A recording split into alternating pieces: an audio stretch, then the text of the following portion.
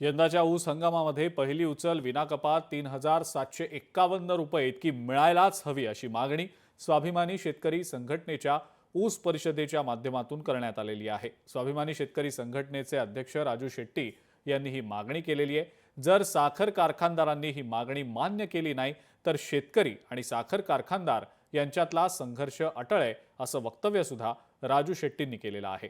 ऊसाची पहिली उचल 3,751 रुपये मिळण्याच्या मुद्द्यावर राजू शेट्टी ठाम असल्याचं यावेळेला पाहायला मिळालं।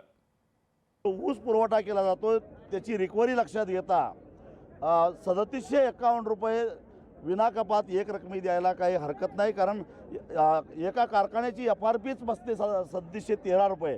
नुकसान भरपाईच्या कुठल्याही निकषामध्ये ते बसत नाही, म्हणजे ते थेट शेतकऱ्याला सोसावं लागणार आहे। आणि अशा परिस्थितीमध्ये पावसामधनं वाचलेलं पीक एकच आहे, ते म्हणजे ऊस। 25 दिवस कारखानदारांना विचार करायला वेळ दिलेला आहे। एक तर एक रकमी तर सोडणारच नाही, कारण हायकोर्टाचाच निकाल आहे, परंतु 3751 जर स्पर्धा टाळायची असेल, कारण याच्यामध्ये कमी रिकव्हरी असणाऱ्यांना ऊस मिळणार नाही, त्यामुळे स्पर्धा टाळण्यासाठी सगळ्या कारखानदारांनी 3751 रुपयाची पहिली उचल द्यावी ही आमची भूमिका आहे। लोकशाही मराठी ऐका, पहा, जागरूक रहा।